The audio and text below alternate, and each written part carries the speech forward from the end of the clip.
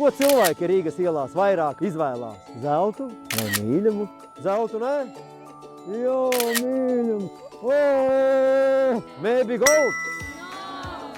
Real gold? No? No.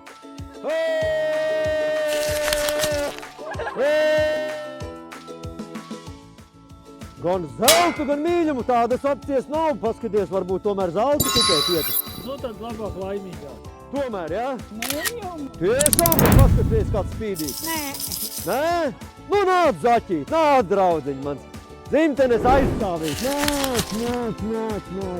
Mīļumu. Jā, mīļumu. Kāpēc tu izvēlējies mīlestību un mīļumu? Ko?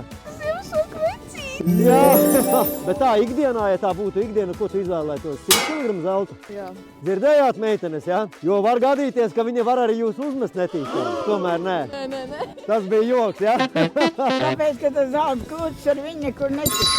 Nu tāpēc, kad mīlestība pārņem visu.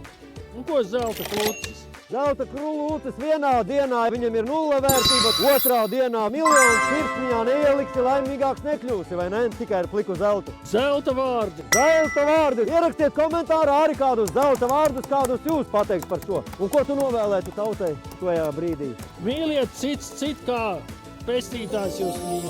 Ziemassvētkiem mieru, mīļumu, saticību. Ko tu izvēlēsi? Ieraksti komentārā!